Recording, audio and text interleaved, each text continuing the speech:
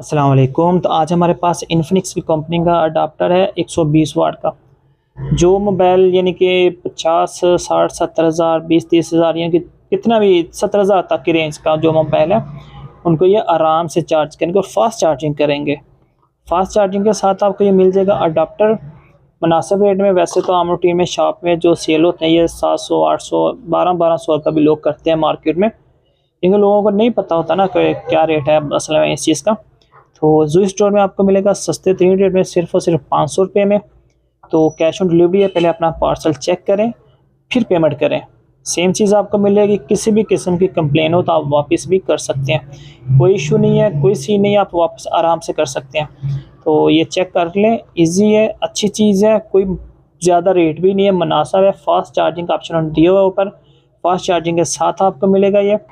तो मुनासिब कीमत है, वीडियो के नीचे आपको लिंक मिल जाएगा, तो वहाँ से आप एक क्लिक करके आसानी से इसको खरीद सकते हैं। तो इसके अलावा इसके बाद हम आपको ये चेक कराएंगे वीवो का अडाप्टर, वो भी सेम चीज़ है, लेकिन वीडियो अलग बनाएंगे क्योंकि नीचे लिंक देने तो दो अलग लिंक दें चीज़ों का, तो वो फिर मसला हो जाता है थोड़ा ना, लोगों को समझ नहीं आ रही है तो क्लिक करते हैं। तो किसी ने इन्फिनिक्स लेना है तो वीवो वाले पे क्लिक कर लेंगे, तो ऐसा हो जाता है।